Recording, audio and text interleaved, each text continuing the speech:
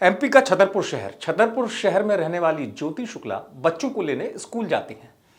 कहानी ये किसी फिल्म से नहीं कम नहीं है और ऐसी मर्डर मिस्ट्री जिसने पुलिस को हिलाकर रख दिया। तो जैसा मैंने बताया कि कहानी शुरू होती है, पुलिस के सामने मामला कैसे जाता है। छतरपुर की रहने वाली ज्योति शुक्ला अपने बच्चों को स्कूल लेने के लिए जाती हैं। स्कूल जाते वक्त रास्ते में दो बाइक से आए थे 4 लोग, और जैसा हम फिल्मों में देखते हैं, सीधे छतरपुर के लोग सन्न रह गए थे कि ऐसा कौन है, जैसे किसी माफिया की दुश्मनी होती है। शूटरों ने ताबड़तोड़ गोलियां चलाई और ज्योति गिर पड़ी। जैसे तैसे अस्पताल ले जाया गया, ज्योति की मौत हो गई।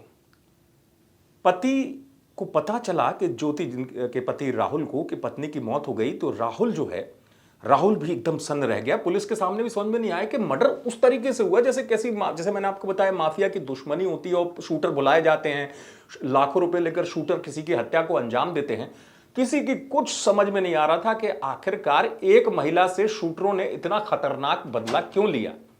कहानी जब सामने आई, पूरी पुलिस जो है वो हैरान थी। एसपी साहब से सुनिए।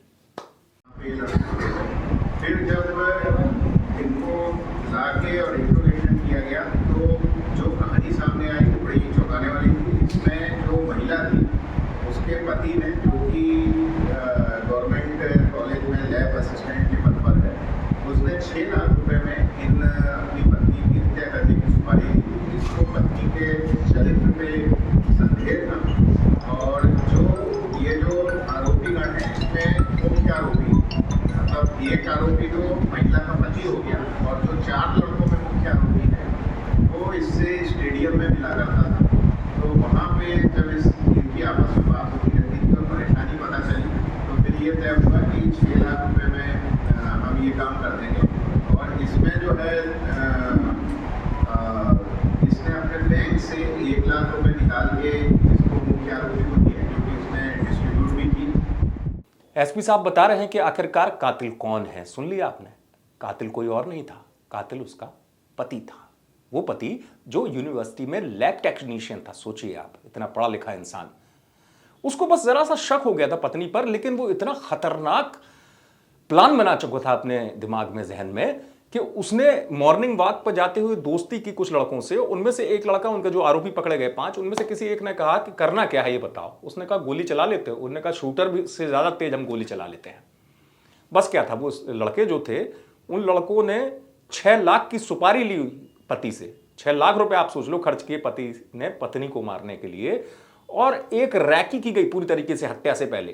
पूरा प्लान बनाया गया कि इतने बजे वो स्कूल जाएगी बच्चों को लेने, उतने टाइम कैसे गोली मारी जा सकती है, ये तमाम चीजें। इसलिए मैं शुरुआत में कह रहा था कि किसी फिल्म की कहानी से ज्यादा खतरनाक ये कहानी है। पुलिस को चुनौती यही थी कि भाई एक महिला जो है, जिसकी मौत हुई है, उसकी हत्या के पीछे हो कौन सकता, कौन है जिसने इतना खतरनाक प्लान बनाया। और शूटर भी ऐसे आए बाइक पर कि उन्होंने ताबड़तोड़ गोली चलाई।